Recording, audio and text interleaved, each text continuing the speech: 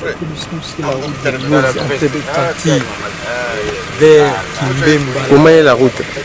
La route est totalement impraticable.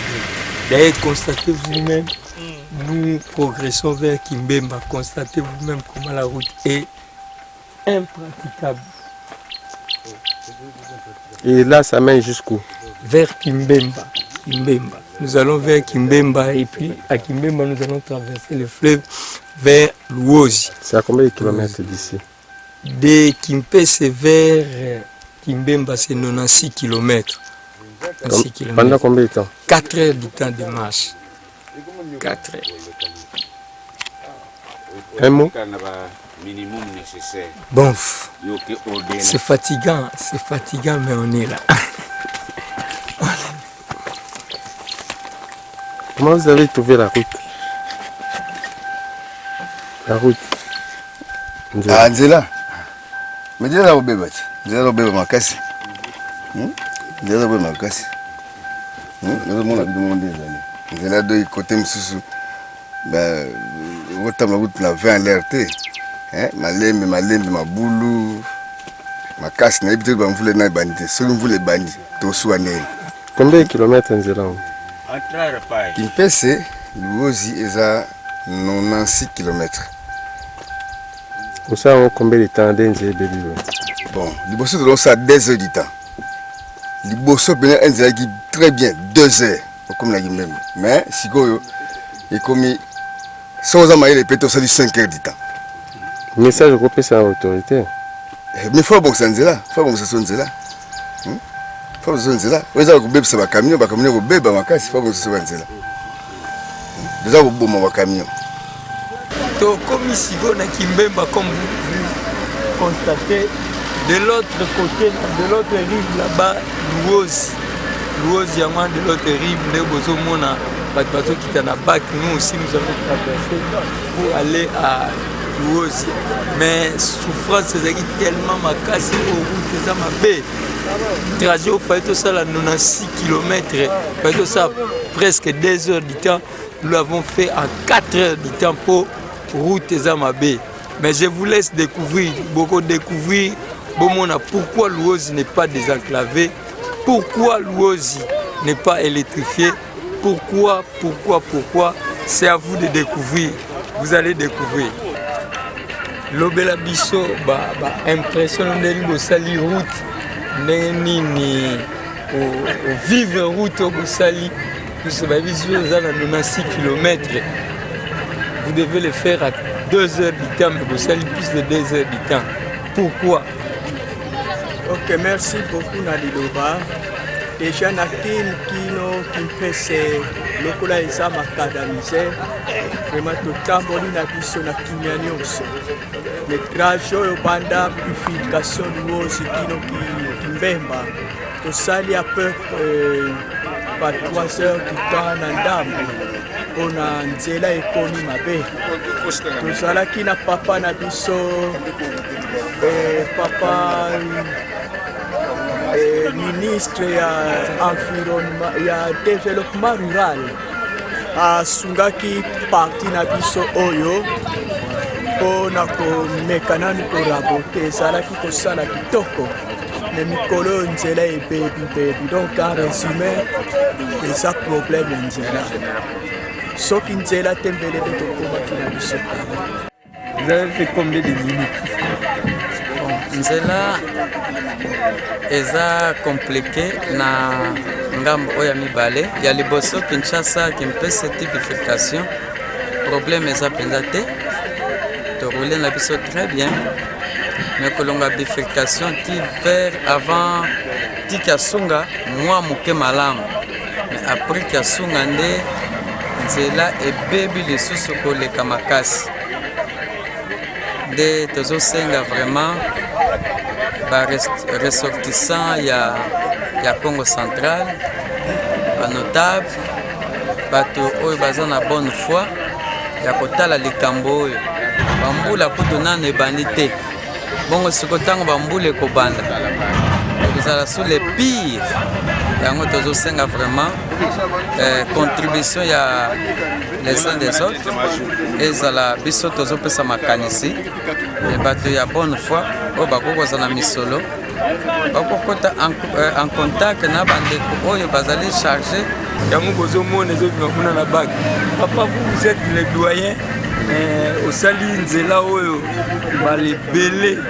balebele qu'est-ce que vous veut dire na baressortissant luozi na bagouvernant mpo na nzela ndenge nzela na biso eza ya kobeba mpena ndenge bandeko balobi vraiment impossible ezali mpona biso te parce que papa papi Matezolo ndenge asasaki biso c'était en un clin d'œil nzela eza kitoko soki tosangisi mayele mpe bato oyo tozokopona ya mbala oyo toyeba kopona mpe baye oyo basengeli kosala mosala mpona kovalorize mpe kwe na biso oyo moto moko c'est un peu difficile mais soki oza na balobeli ebele ya mbala oyo toyebi ke à la longue ça sera encore mieux que calvaire oyo tozokovivre donc pasi ezaleka mpona balobeli baza te et puis Je vais d'abord commencer par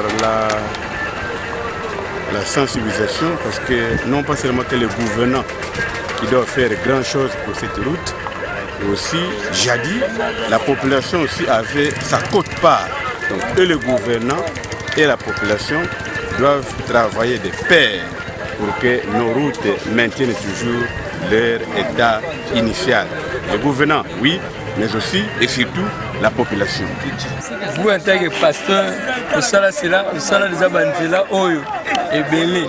D'après ce que nous savons, Luozi c'est parmi les villes où ils sont riches, mais c'est parmi aussi les villes il y a Congo central où ils sont désenclavés.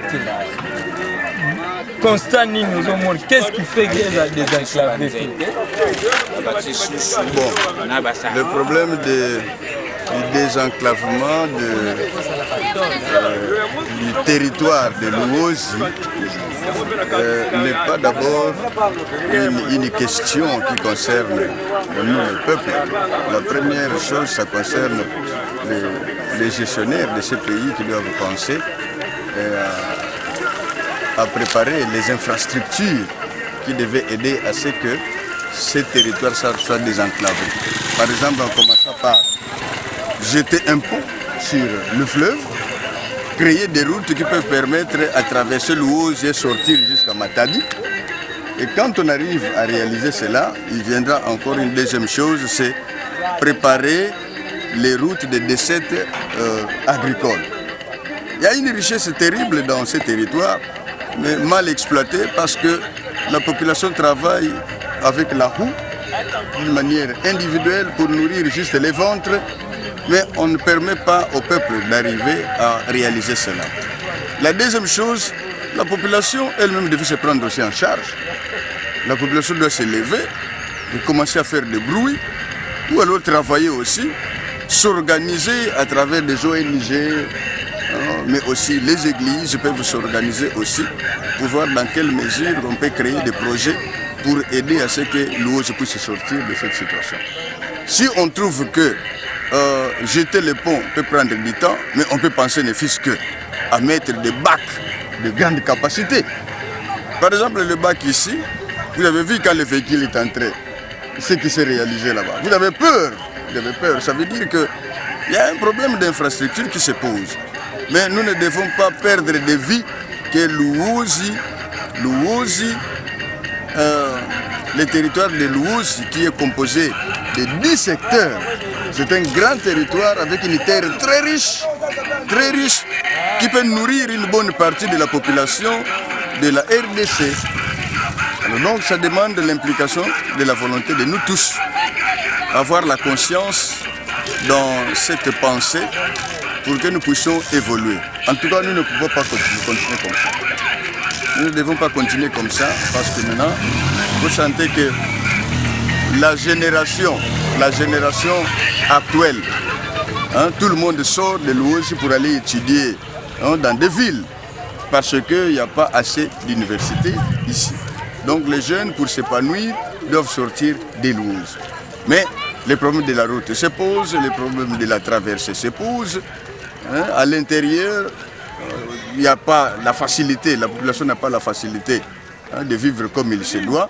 Peut-être, par exemple, vendre les produits des champs qu'ils produisent, parce qu'il y a des produits qui pourrissent à l'intérieur du territoire. Continuez à nous suivre pour vivre ma réalité. Oh, Eza na Luozi, et vous allez savoir comment, pourquoi Eza désenclavé, pourquoi Luozi Zangi courant, alors que courant est traversé Yango et traversé Luozi pour aller jusqu'à Kamba. Pour voyez Bango, na tiki bino bolanda biso, pour voyez ma réalité, wana nyoso.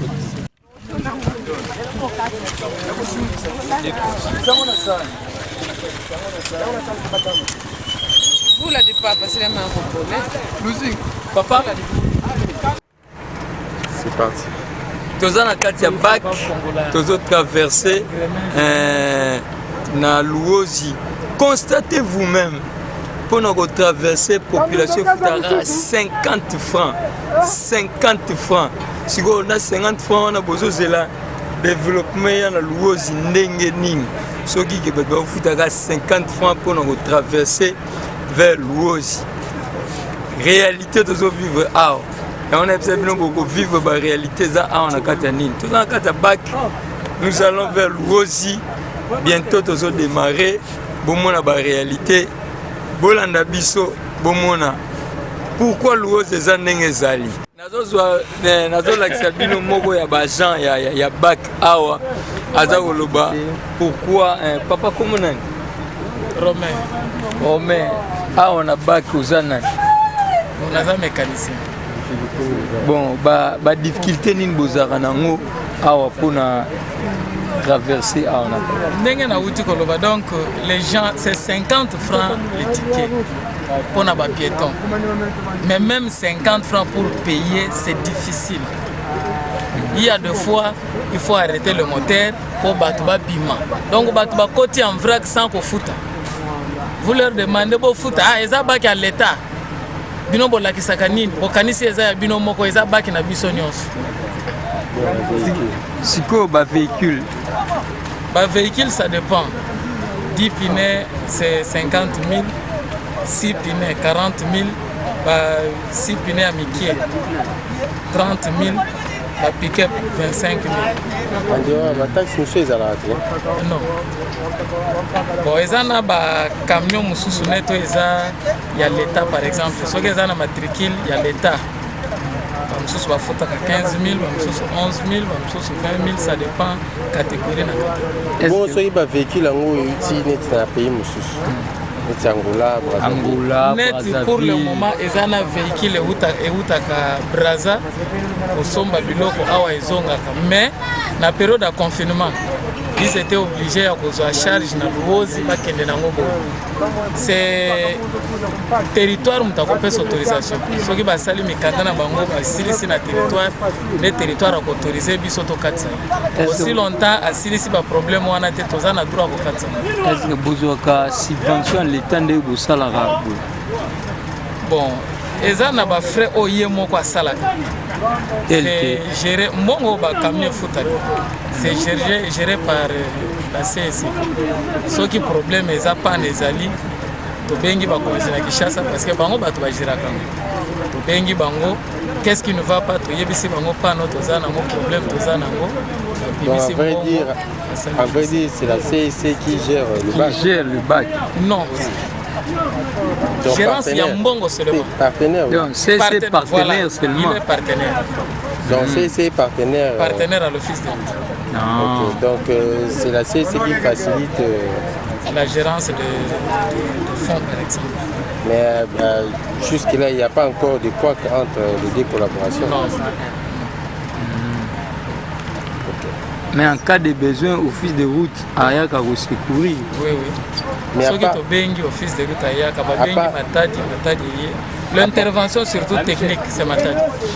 À part la BAC, la CSC a d'autres supports à part ça. Ça, je ne sais pas de pour ça. Le soutien. Non. Lui ne fait que percevoir, gérer. mais pour les dépenses, c'est Kinshasa. Ça vous merci.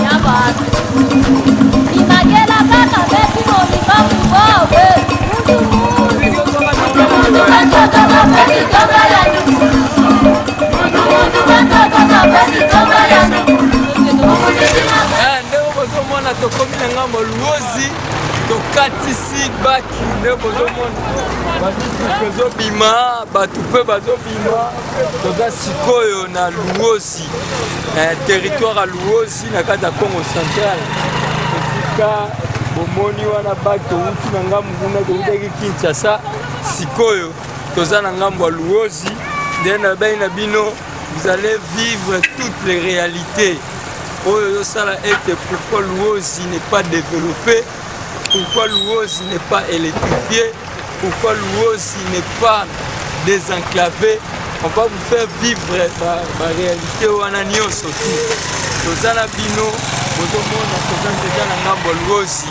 C'est à vous maintenant de découvrir. Suivez-nous pour moi la réalité au Ananio. Jean-Marie, on y va.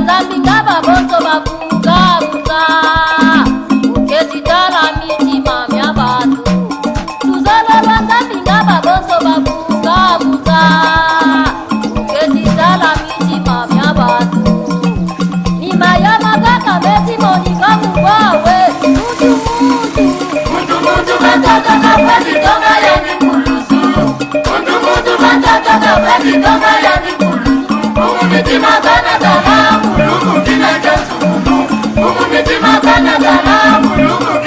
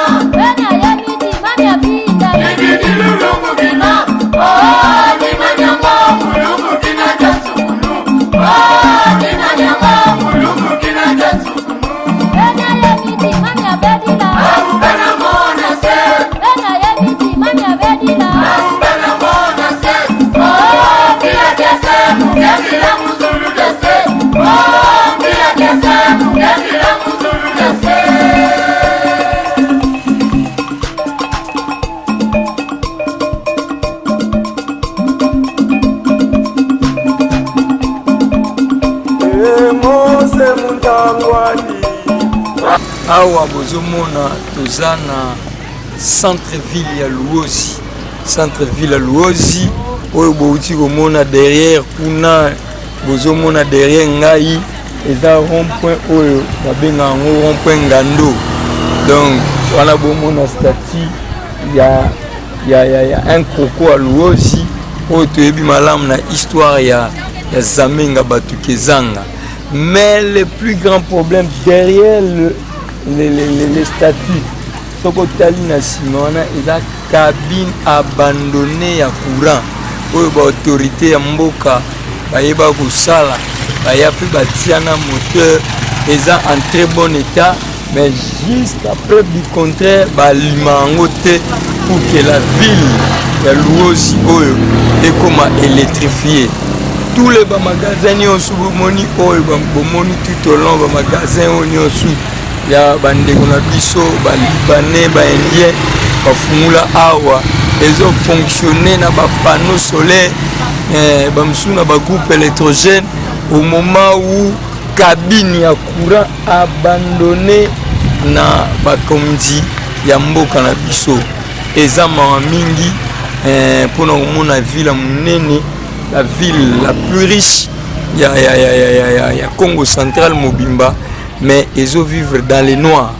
Ils vivent dans les noirs, autorité incapable pour allumer groupe électrogène et Permalam. Il y a un lingi penato poussana dans ma groupe électrogène cabine wana bozomona batia groupe électrogène offre pesa au moins 500 mégawatts pour allumer. Bandeko, comprenez que Congo central les autres produits carburant, Sozirza en Congo central, Bazo préféré être traversé et qu'il ne tire Kinshasa, mais pendant que Awas groupe électrogène peut allumer Nini et Pela, carburant pour attirer groupe électrogène Pela pour que pour un Pela, Botala Rabino Morolikolo. Bapoto basinga oyo eza nango bechantier pamba nde bozomona ngo eza bechantier pamba po epelaka nango te banda batiango awa babosana na bango yango basundola na bango yango likolo ya carburant ya pamba pour que cabine wana epela damari nangi topusana mpenza donc ozwa yango mpena bien bamona mpena cabine yango bien na groupe électrogène na bien o babosana basundola yango awa babosana yango esalaka nango te likolo ya carburant ya pamba. Kombo na ngai monsieur Makaya Binda, bienvenue dans le territoire de Luozi, précisément na Manianga. Musani nyo sala ka. Awa ngai na minute na repos médical mais na chauffeur préféré na ngambo. Bon, to komi na Luozi to moni Luozi ndenge zali est-ce que ça biso ba problème bozalonga na kati ya Luozi. Awa na Luozi to na ba difficulté makasi, première difficulté za bayo que la biso mawa ekamba courant ya mibale banzela za est praticable pour comme tikoto yo découvrir Luozi. Bon, à part courant, problème ni boza ngo ya courant, ba tira bino cabine courant to ndenge ni suka niveau ni ko. Na ba année leki ba yela biso monteur à 500 kV za la ka gouverneur Mbachimbacha et yaka ba bandaka ko sala la mais décret consommation mazout gouvernement ko supporter ndenge ko ya ka bongo fanda. Ti lelo izaka ka wana. Izaka okufate. Izaka okufate ça normal mais kaka carburant ka iboma ka bango. Mais par rapport au groupe capacité yangona noté. Faut que courant peine courant de mon poteau. Na chantier à chantier ça 55 km na Kimbemba pour courir comme la biso awa donc ils ont ma facilité bango mikondi ils ont mo signature mke ya mbongo bango pote telemi pour continuer Luozi ba ressortir koto bazali mais tout à fait basala makambo te ndenge sengeli to ko pesa bango chance to ko voter mais basala ka ndenge biso lingela kate. Ah bon kozali ka muso ba sa ko yebisa ba konje ba to ando siko peut-être ba continuer ba yo que la biso mawa pona peuple Manianga to wana kati to wana fin fond marchandises ezali biloko kolia ezali ko fournir capital mais possibilité ezate nzela ezali praticable liboso na trafic ya biloko kolia mais moi avantage ezali ba matière première ezali bato yaka basala ba recherche ya biloko ba matière neti nini bimaka desina ba kenge kuna ba minerais bimaka par-ci par-là on va tirer belé bimango na Kenge le territoire Luozi awa na Manianga. Bon ba mesure nini yo moni ba ko sali ko fond la Manianga ba tionso ba ndokota Manianga. Ba konzira kande ba yeba kande ko beta CT na ba o bazana seko toyo ba créer les biso ya liboso ya courant ngo pesa facilité ba sala nzela. Ce qui courant ikoti to yoka ke na nkamba ba inaugura barrage mo kezana basala na 1932 pa ba italien yango ndeko sala ke ba fournir courant na Luozi nkamba na Gombe Matadi lelo ba na courant kamba ba na courant fele pourquoi biso Luozi to souffrir ti lelo depuis époque ya kala ti lelo courant na to mona ngote biso ke travail village ba lumière pa na to mona te. La difficulté en zela vraiment tonyoka ma fort surtout ta mbula ezala pena mbula soki beti pena mabele ezala pena impraticable ba moto pena to koyaka fort bukana kozoka pona nzela eza mabe siko ba carburant bosomba yutaka carburant to somba ka bon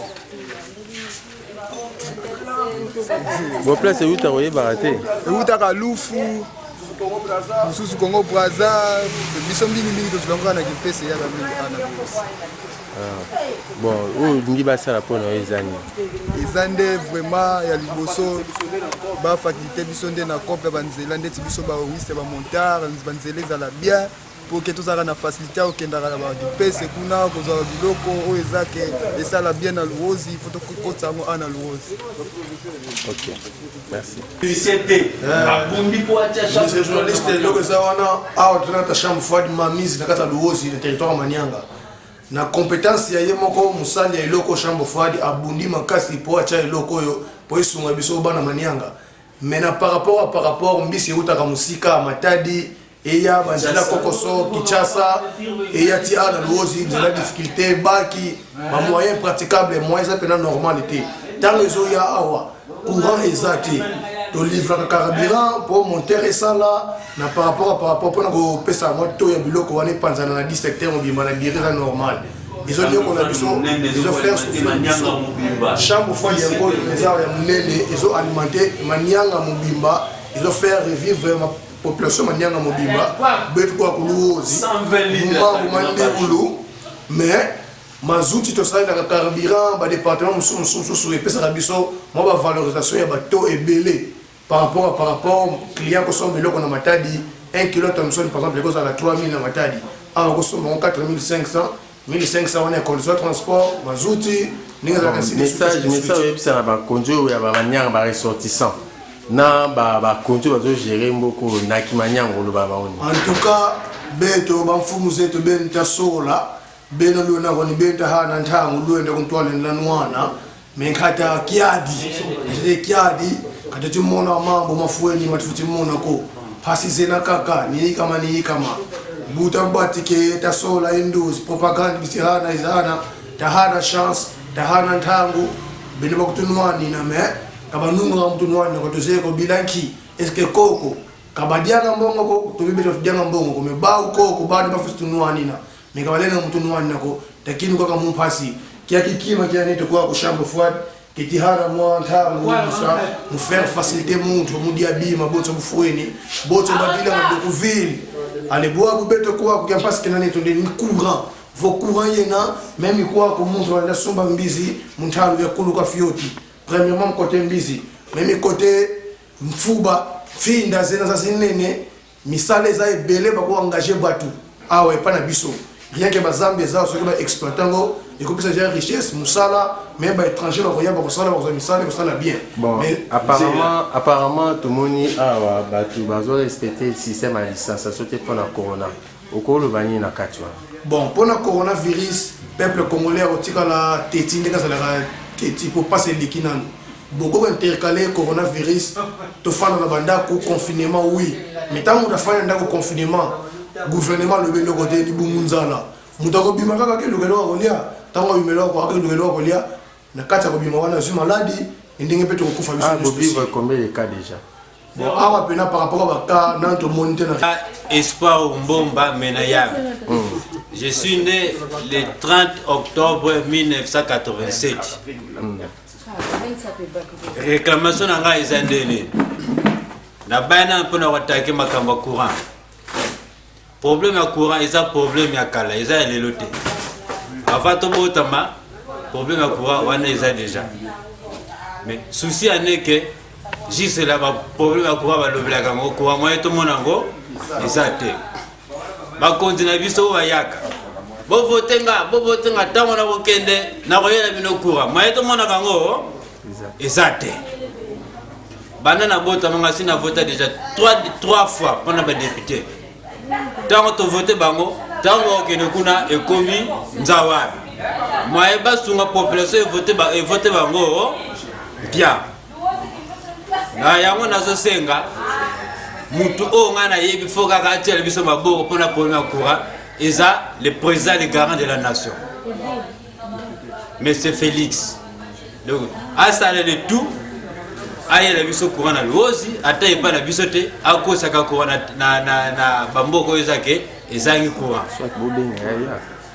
soit bobenga ya effectivement et qu'on soumette peut-être à poste avec président de la République aya pour jusque là na banana botama ezaka ka président moko toyoka sango ke aya ezande Mobutu bana Mobutu akufa ezana président moko taskelo ko remplaçant na lozi yango tozo senga pas Félix président na biso son excellence asala le tout asala programme aya na lozi atana mo na ngayete aya comme cela population à vivre réalité nazo senga susu toujours pas président associé à son excellence monsieur Atouma Toubouane na territoire aussi deux ans à morgue wana nazo lite contre ngo pona nini covid tango yaki ba bibembe faut que na ba morgue sok bolela wana ndaku ba police ba ye avec désordre baziko ba bemi na hôpital mais tango ba koza ko ba meyo na hôpital morgue ezo sala te boko ke récupérer mutu litoy balie mis balie makolo balie autant plus que mutu soki akufi faut te respecter mutu comme ne te respectera président mais na territoire na lo jusque là tozana morte ya on a 5 pas président associé à son excellence Atouma Toubouane pour un problème ya morgue morgue ça déjà na loge mais moteur et tout courant exact ce qui gouvernement pèse plus au courant pardon moteur donc qu'on installer morgue comme cela donc aux ala na facilité ce qui peut courant et il va lancer pendant mon courant problème est bébé ko ba no déranger bisoté et zo sunga biso les locaux ala ke brusquement pas quoi koufi maman koufi mais tant que morgue exact aux corps donc tu as mort en attendant que vous la ka makabo famille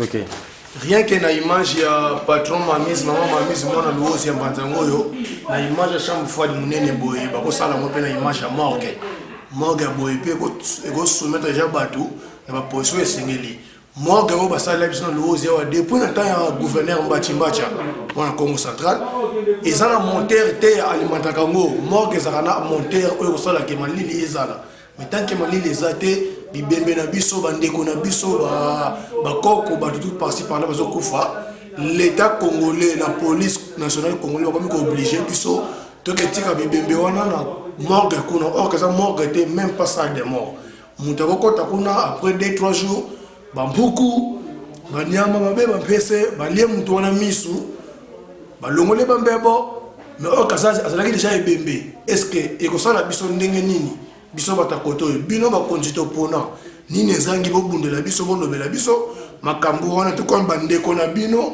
o bazo kufa na luozi ya wana bandeko na ngai bakutuna na biloko na te parfois na kokufa ou bien moko bikono so bakokufa bakoya kotsa wana ba sala de mort wana ba morgue wana yosala pe jour kuna mabira dans les